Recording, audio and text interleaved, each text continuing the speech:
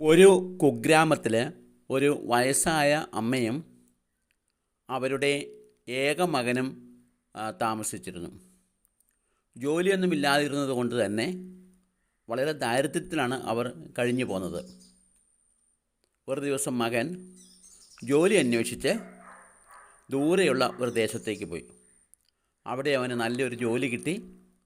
മാസം മാസം അവൻ അമ്മയ്ക്ക് നല്ലൊരു തുക അയച്ചു കൊടുത്തുകൊണ്ടിരുന്നു.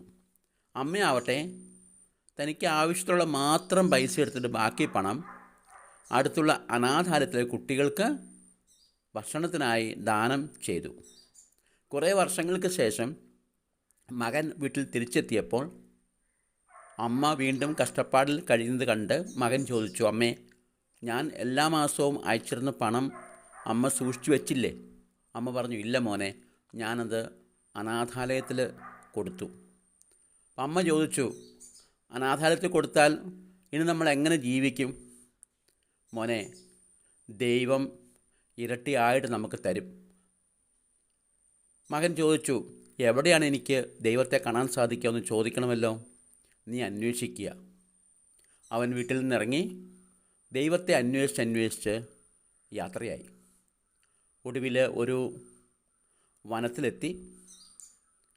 അവിടെ ഒരു മരം ഉണങ്ങി നിൽക്കുന്നത് കണ്ടു.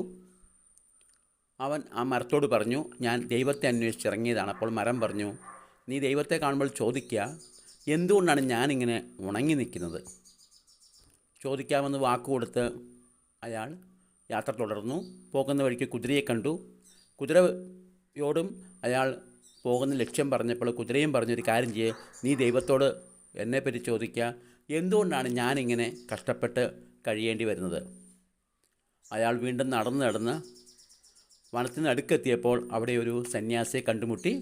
സന്യാസിയോട് കാര്യങ്ങൾ പറഞ്ഞപ്പോൾ സന്യാസി പറഞ്ഞു, ഇതാ ദൈവം നിൻ്റെ ഭവനത്തിലേക്ക് പോയിട്ടുണ്ടല്ലോ, നീ തിരിച്ചു ചെല്ലുക.